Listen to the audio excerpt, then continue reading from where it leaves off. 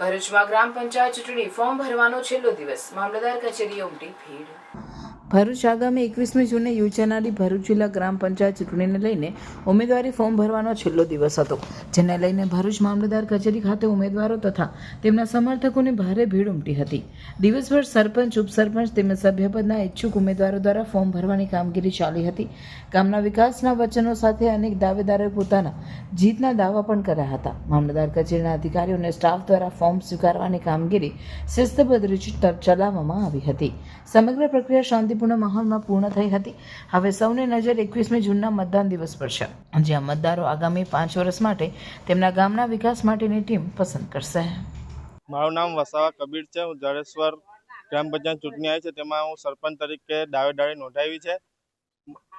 24 ગામમાં 24 વોર્ડ સભ્ય અને જાતે હું સરપંચ એટલે 25 ફોર્મની દાવેદારી નોંધાવી છે। મારા પેનલનું નામ વિકાસમય પેનલ છે ને અમારે જડેશ્વર વિકાસમય પેનલનો હું ભવ્ય વિજય કરાવીશ અને તમામ જે પેન્ડિંગ કામો છે તેનું કામ કરાવીશ। મારું નામ પરમાર જાગૃતિબેન પૃથ્વીરાજ છે। હું ગામ તવરાથી સરપંચ ઉમેદવારમાં ફોર્મ ભરેલ છે। મારી પેનલ સાથે સભ્ય સાથે આજે ફોર્મ ભરેલ છે। ગામમાં જે કંઈ પણ કામ બાકી હશે, અધૂરા હશે, કોઈ પણ નવું કામ કરવાનું હશે તે બધા કામ પૂરા કરીશું।